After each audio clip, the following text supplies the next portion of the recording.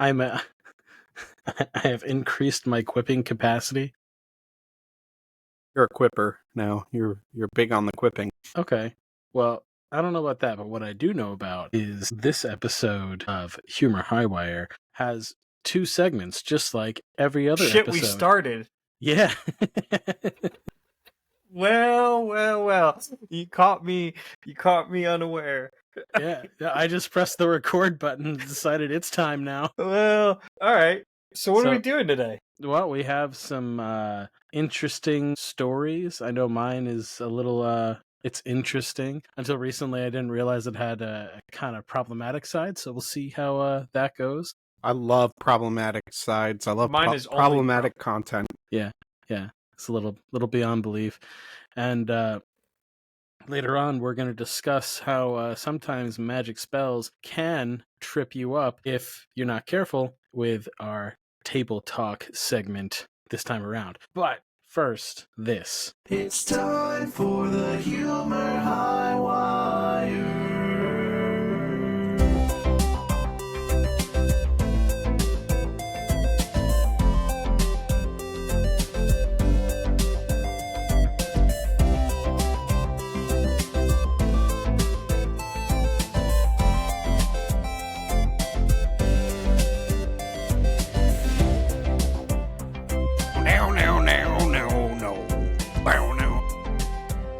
It's cut at the end, so you won't hear this part.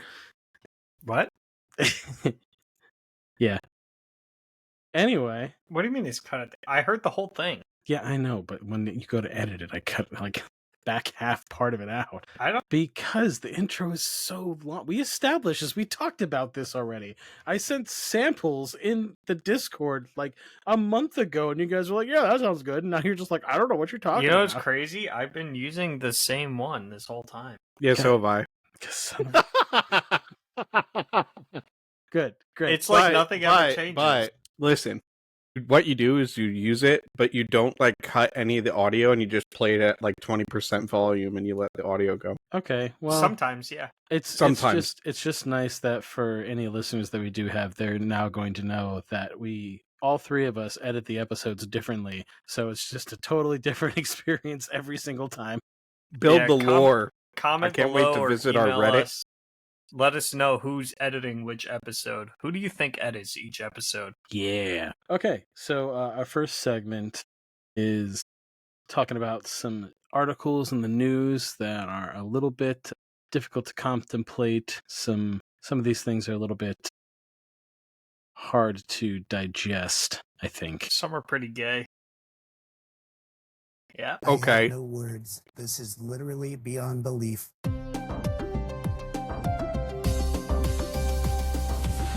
Just know that that's playing right after you say that.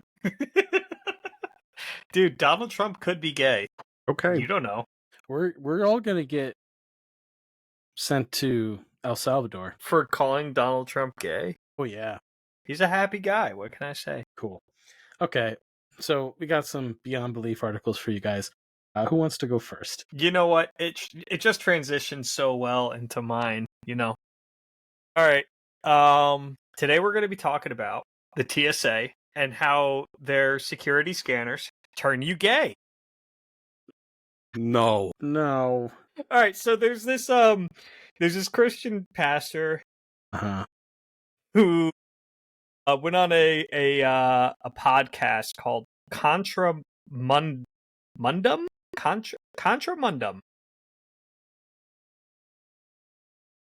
Holy moly. His name. Should I give the name? Yeah, sure. Fuck it. Like, who are you talking about? This Yeah, pastor. So is this he a public figure? Like he is now. So his name is Andrew Isker. Who knows?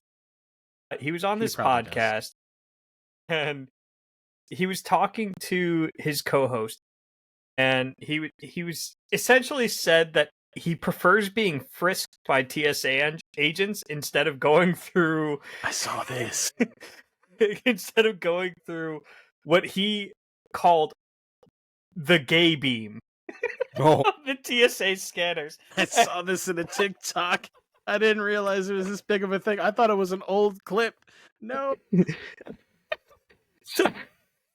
So he later on in the podcast does acknowledge, he says, well, it kind of sounds, it kind of sounds like having men frisk you might come off as gay, but you don't really know what the TSA scanners are going to do to you. And I don't know what they can see. Like, am I going to let them see me naked? I don't think so. And I was like, what? This guy clearly has zero education. I wasn't going to go that far, but what I was going to say is that the best way to find out what something does is to research it and learn what it does, and not just go, oh, it's going to turn you gay because it's a gay beam. Like, what?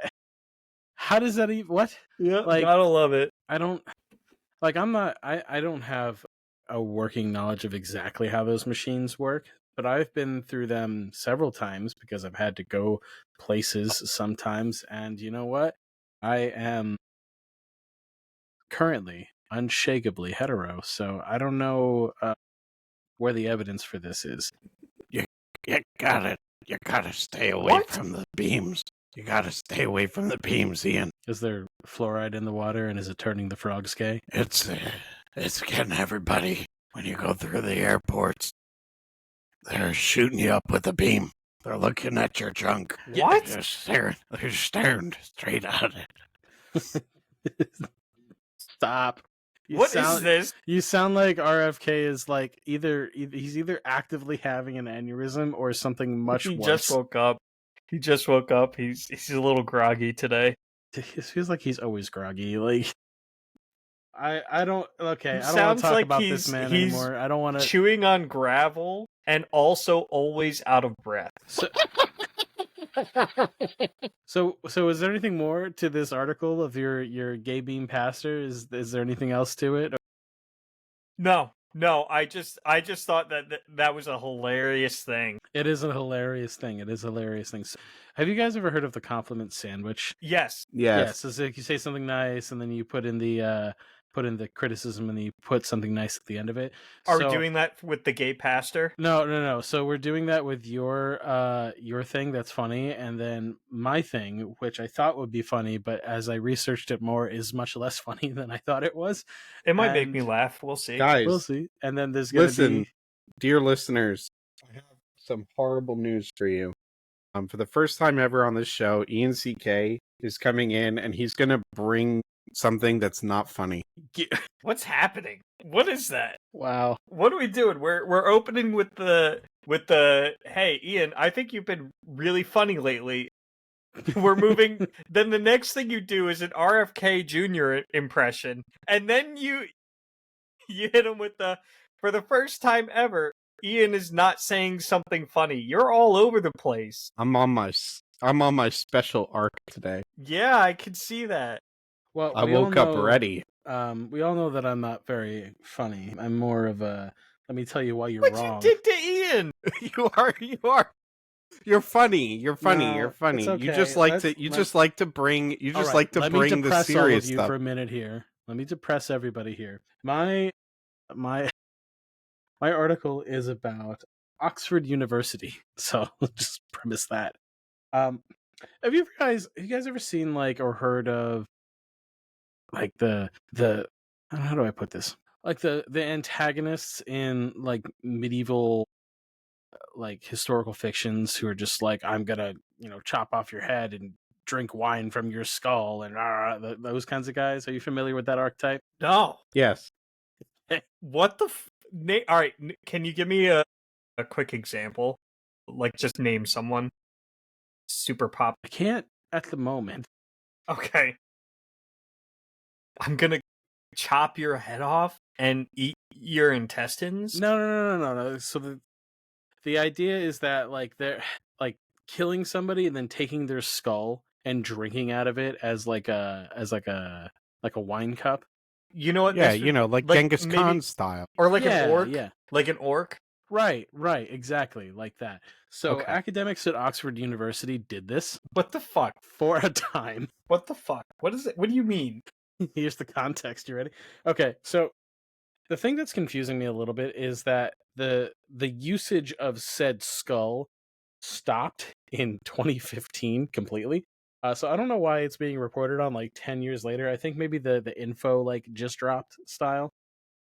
But Oxford University academics drank from a human skull chalice. So this skull was donated to the college in 1946. It was already in the form of like a chalice, and workers decorated it with a silver rim and a stand for this skull for like what's the word I'm looking for? Not rituals, but for like important events and things like that, like inter-school stuff or like really important things, they would bring it out and drink wine from it as like a thing. Festive occasions, they would call it. And apparently in 2011 they were using it very seldomly, and in 2015 they fully stopped using it. Now, this is kind of weird or kind of metal depending on what your take is, but here's the thing that I learned not but 10 minutes before we started recording that made it go from, well, that's kind of odd and maybe slightly interesting or funny to, oh no. Some archaeological investigation has been done into this skull, and they have found that it most likely was tied to, well, the skull itself is from a woman from the colonial era who probably, most likely, was an enslaved person at the time. So, how this person's skull came to become a chalice in this timeline here is unknown to a certain degree, but it is known that through carbon dating that the skull is somewhere in the neighborhood of like 200 years old, kind of right around that time frame. So yeah, it was something that I thought would be interesting, hard to believe, and then it got dark. Classic branding right there. That brings a lot of emotion forward. Links into the show notes, guys. Links in the show notes if you want to. It was a really good piece, though, like legitimately. Yeah, I believe that the reason that it's being reported on now is because there's been some information that was given to the media recently by individuals within the university who saw this as an issue that should be brought up. My God, they were keeping it under wraps this whole time? I don't know if it was necessarily keeping it under wraps, but it was one of those things where it's like, oh, Oxford University people at Oxford University events, and why would you think it's a good idea to talk about the skull that people drink out of sometimes? That's probably not something that you bring up in any other context other than when you're doing it right then and there. Does this count as cannibalism? No, I would not say so. Are you sure? Pretty sure. I mean, they're not consuming the skull. Well, they are. You're they using are it to as an a extent. receptacle. Yeah, I mean, some of that skull, for sure, is getting inside of them. Okay, so by that standard, everybody everywhere is a cannibal. You're right. Justin, what do you have? Okay. Go ahead, follow that one up, Justin. I'm sorry. I keep thinking these things are going to be like a little off color and funny, and then they're just not. Just the like villain energy. Yeah, from Oxford Oozing. University. Just think about the Oozing gay from pastor. Oxford University. All right. We're gonna bring this back. So Gay bean. we're gonna bring this back. So how you guys like the foster system? Okay, What the no. fuck? Oh no.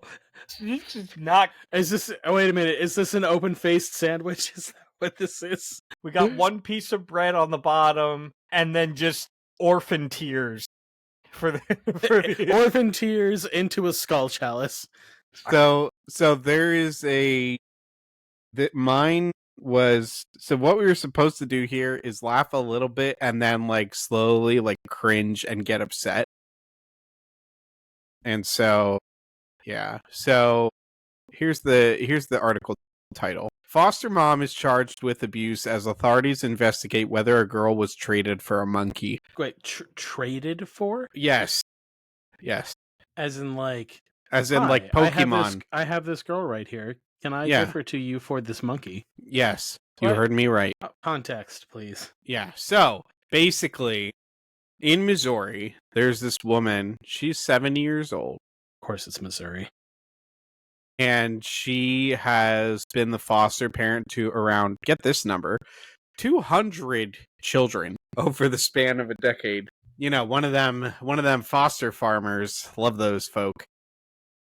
And so this particular girl, I guess the woman had like friends with somebody from Texas who was like, they knew each other from both owning like exotic animals and going to like exotic animal conventions. They're things like I've been to them.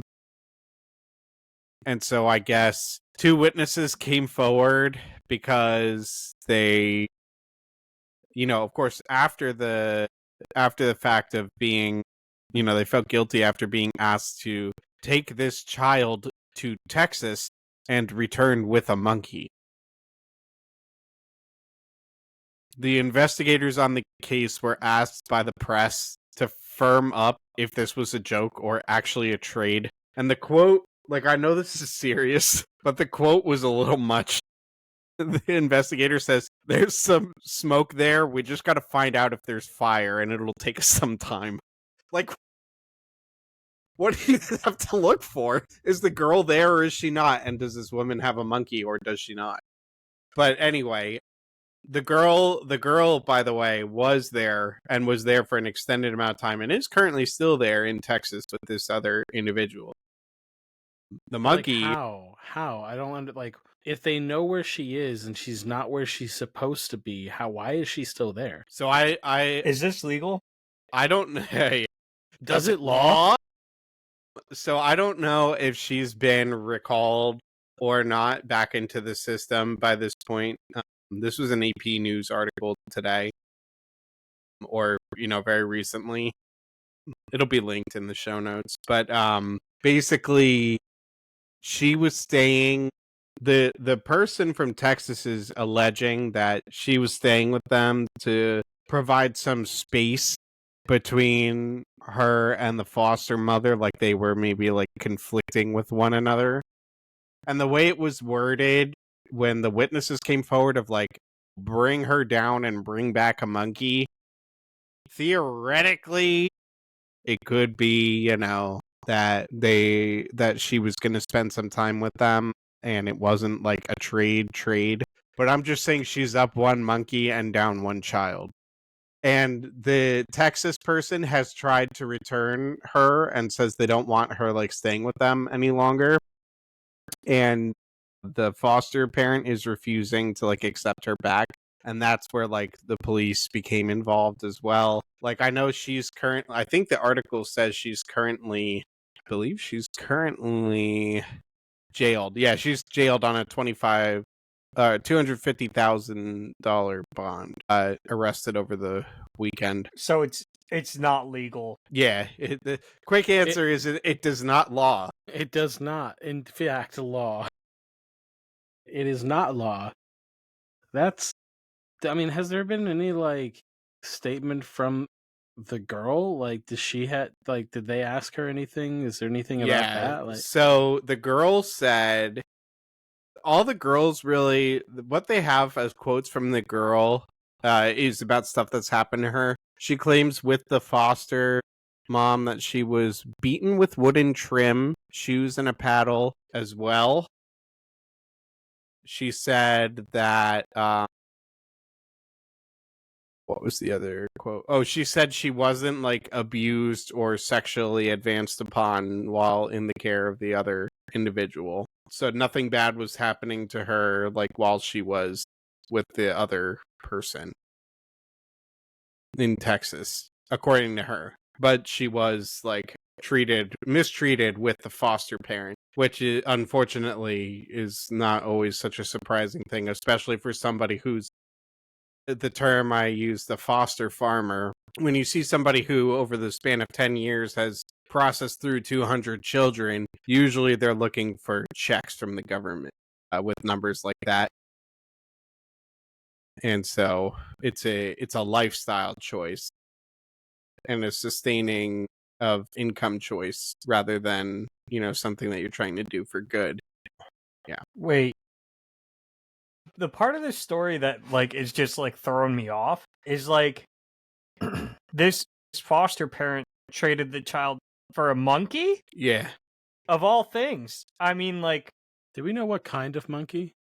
It doesn't specify in the article. Why not? There's so many different kinds of monkeys. It's true. Regardless of what monkey it is, they're not easy to take. I would argue the children are easier to take care of than monkeys. Well, yeah, probably. But I just kind of wanted to know what kind of monkey it was. Additionally, I hope it's a capuchin. Her living conditions in Texas were described as unsanitary, and she was inadequately supervised. I'm going to go on a limb and say it's highly likely that it was unsanitary because the person she was staying with is literally somebody who trades in exotic animals. So that tracks very well. Yeah, what's the deal with the Texas person? Are they being brought up on human trafficking charges? There's so much to this that is just so weird and why? You want to know what's crazy? I'm rereading this article right now while we're talking about this. This woman, over the course of 15 years, she's still currently a foster parent as of when this article was written. Over the course of 15 years, there were about 250 calls to a child abuse hotline about her. That's more than the amount of kids that she took in. How are you able to keep doing the thing when so many times people are telling you that she's not able to do the thing correctly? And now she traded the thing for a monkey, allegedly. The thing meaning being a foster parent. And I would never call a human being or any living creature a thing, obviously. I know. But I would. And then the quote is so another quote by this investigator. He's on fire here. On its face, it just seems like there was a systemic failure somewhere, and we're looking into it to see if that is the case, how it can be addressed, and the extent that there's any criminal behavior associated with it. We'll look into that as well. How do you not? Okay. I don't like this guy. My friends, I give you the open-faced sandwich of the flattened out white bread gay beam topped with monkey and skull chalice. It's been good. It's been good. A lot of stuff to think about. The nature of human beings and the things that they do. Every time we do this segment, at least it's not at the end of the episode. We're going to end one with it next time. And we're going to all bring sad articles. No, I think Beyond Belief should always be the first part. The last time we did this, it was the last segment. You're right. Ian finished it off. I did. Somebody got lethally home alone. Yeah, thanks for reminding me what it was. Sorry. Editor, put a picture of the robot. Nope. Sorry. Cutting it out. Okay. Well, we hope you guys enjoyed that segment and it provoked some thought within you. But we're gonna move on to our next segment where we're gonna be talking about some magic spells. It's time for table talk. My beloved ones, it is time for a table talk.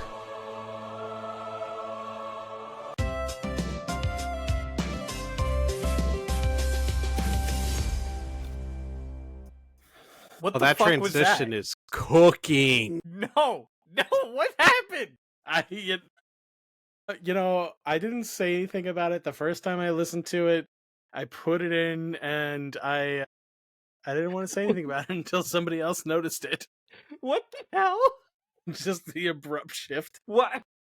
It starts with music and then ends with completely different music. I mean, we could talk about just not running the normal transition music and just keeping the little heavenly chorus in there. Yeah, for that one maybe. Yeah. Yeah. Well, We'll talk about that in post. Yeah, we're leaving it for the listeners for this one. Yeah, for this one. Yeah, okay, fine. Yeah. All right. So this table talk, we're talking about magic spells, specifically cantrips. So for anybody who's not familiar with the game, a cantrip is a magical spell that if you know it, you can cast it as many times as you want. It doesn't use up any resources. You just get to do the thing as often as you would like, as long as you follow the rules associated with it.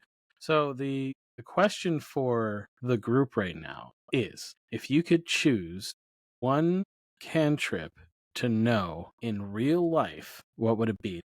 So we're not all fighting to go first. I did a picker wheel ahead of time, and it came up as Matt going first. So, Matt, God, what cantrip would you pick in real life if you could?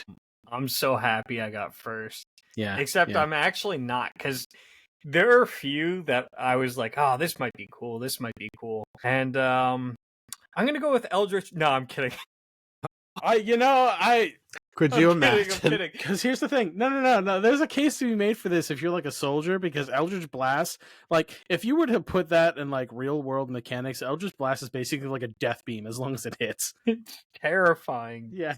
For those of you who are not tabletop enthusiasts or D&D enthusiasts, Eldritch Blast is basically just a purple fireball of force energy. It's a ray of punch, and it does enough damage on average mechanically to just obliterate a standard like, 2 people. common person. Yeah, on 2 average. people worth of health, usually. So if you're a soldier So- on the battlefield, you're just running around pew-pewing people with your hands and calling it a day.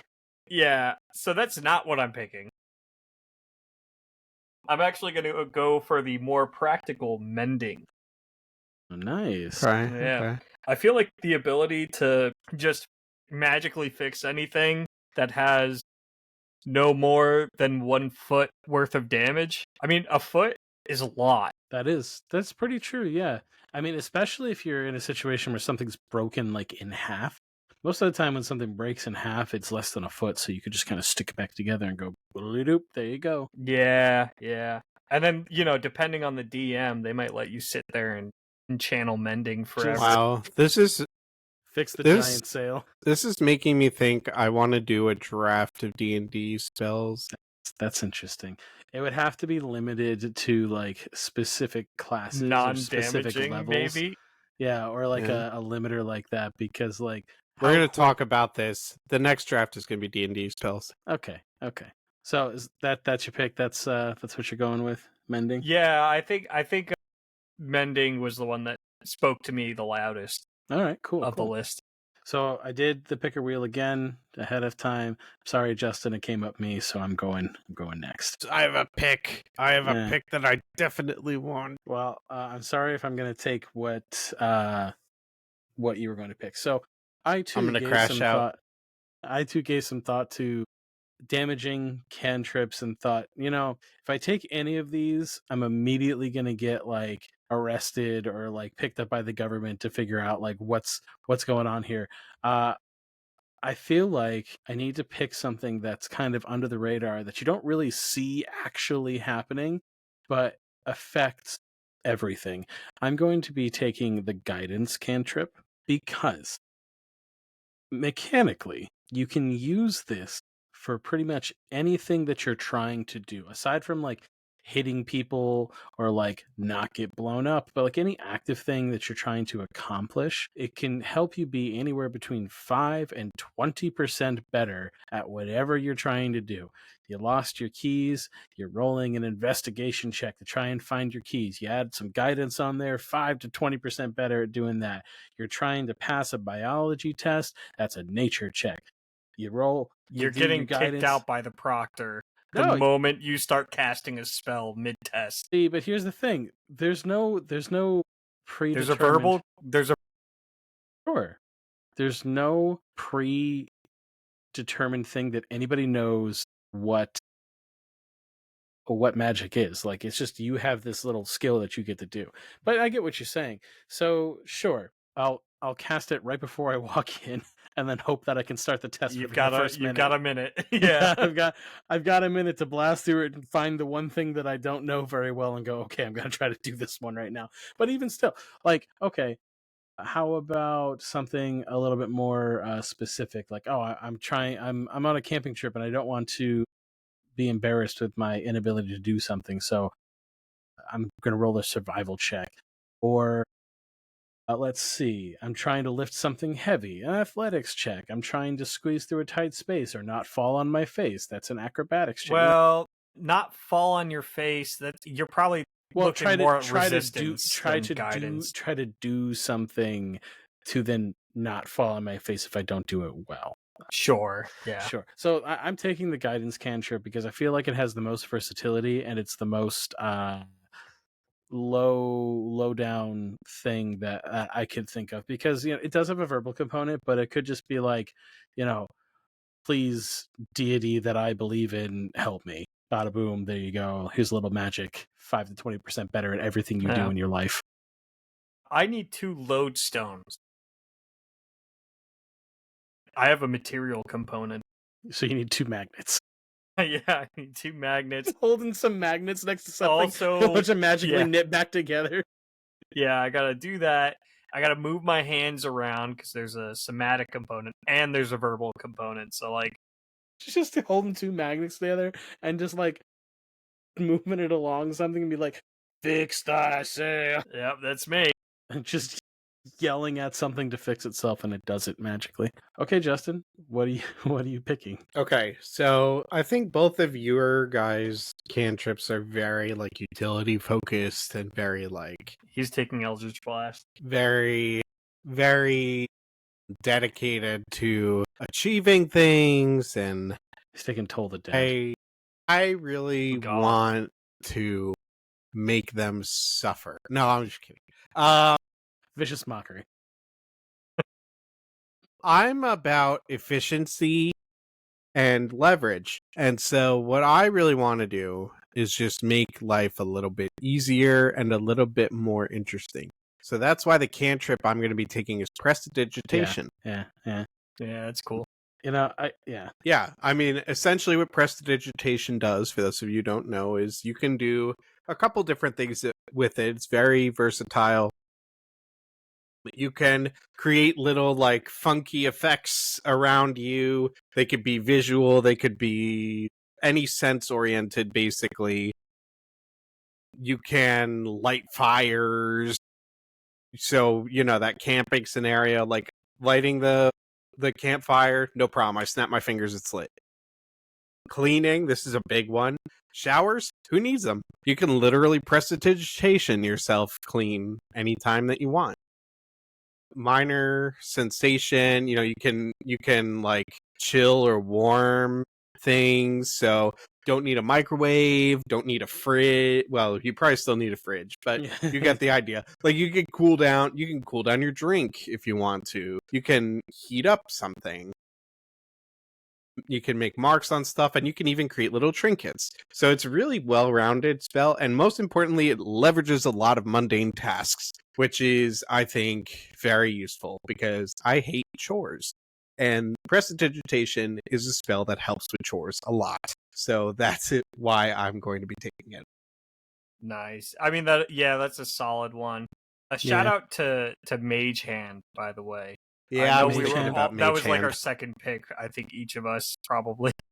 Actually, not me. I never considered Mage Hand because from my perspective, I was thinking about, let me take things that are useful but also don't make it obvious that I'm like doing some crazy supernatural shit that just doesn't exist anywhere else other than me. So like if I just make a spectral hand out of nowhere, somebody's gonna it's cool, dude. that. Yeah, nobody will be mad at it. It's just a floating hand. You say that. I had 3 picks lined up depending on where I ended up in the order. So it was going to be guidance, always guidance, because guidance is broken. Yeah, it's just good. In general. The next one was going to be spare the dying. So if I can't be good at everything, I'm just going to be a doctor. Yeah, a doctor, or like the bossest EMT that ever lived. Yeah. Something like that. And then if those two got taken, I would have bit the bullet and took prestidigitation. Oh man, what about message? Message, I had thought about message, and honestly, I don't really feel like there's any use for it in our modern world. Like, message is basically a crappier version of a walkie-talkie, I don't know or if like it's crappier. or like an earpiece. It's like, okay. It's also quieter. I mean, kind of. You just don't need it. Yeah, but these you also have days, to like actually You have point to at point, somebody. yeah. Dude. That is so funny. Like the idea of like if us three all took message, right, and we're all like sitting in a circle, like we're just pointing at each other, casting message. That seems very pointless to me. I think it. Okay. So I could just list out my runners up. I had Mage Hand secondary, and then I had Control Flames actually as the third one. You're I I had looked at the control spells, and I almost took Mold Earth or Shape Water, but my problem with that is that those effects only last for an hour. Weren't those all replaced with elementalism? No, they were not. Elementalism is its own thing. Elementalism is basically a spell that lets you do all four of those things, but significantly worse in every respect. I looked just into this thought heavily. Control- Elementalism is a bad cantrip. Control Flames is just a Yeah. super cool, like, you're just the cool person in the magic sphere. Like, you can do shows with that and stuff. Yeah, you definitely can. The reason that it didn't like hit me as far as like that's something I want to take is because I have a very utility based mindset, and I just don't come across that many open flames in the world right now. So I come across water and dirt all the time, though. Yeah, So- that's why, I mean, it has to be a show. Yeah. You get on a stage and you have a couple, like, fires going, and then you just go to town. You know what I mean? yeah. No, I Right. totally get that. And there's probably one or two cantrips that are better than Eldritch Blast if you're a sorcerer. Or, I mean, not a sorcerer, a soldier. The first one is Acid Splash, No, and the second one is probably Word of Radiance. Both of those are area of effects, so like you can kill can a get more lot people. of people. You Yeah, can get so a but lot here's of the thing. people. Yeah, but the thing is, the Word of Radiance, you have to be like next to somebody to use it. That's You the walk drawback in, of that. no weapons, no armor. You put your hands in the air. You act like a hostage. Okay, and then cool. You hit them with the Word of Radiance, and they all just fucking die around. Yeah, you, dude. sure, great. That works if all of the bad guys are right next to you at that exact moment. If any one of them is more than 10 feet away, you just die in the next instant. Dude, It no one doesn't will matter. know. All right, you're right. How do you Acid know? Splash. Acid Splash just kills everyone, dude. It's just anyway. I don't know. Honestly, the most bang for your buck is still probably going to be Eldritch Blast, in my opinion. But Yeah, because Yeah, as I you mean, kill you more shoot a people bunch and of become beams. more powerful, your Eldritch Blast gets better. yeah, so many beams. And You at shoot a that point, lot of beams. at that point, like you only need one upgrade before you're doing basically the same thing that Acid Splash does, except you get the chance to crit. Yeah. And push yeah, people you get a chance away. to crit. You can And snipe let's with be it. real, if you have Eldritch Blast, you're probably a warlock, which means you've got a patron, which means you're gonna do other spells too, probably. I just It's took like a Magic door. Initiate. It's a door to a whole lifestyle. Yeah, you could curse people. So and kill them even harder. we are going in an entirely other direction. Maybe something for a different table talk. But I think these are some pretty good choices. Listeners, email us, comment, what cantrips would you take if you had this opportunity? I want to know. Please tell me. Yeah, welcome to Humor Highwire. Yeah, welcome to Humor Highwire. All right, guys. Have a good rest of your day, week, time, however much time you need. Thanks for listening, and we'll see you next time.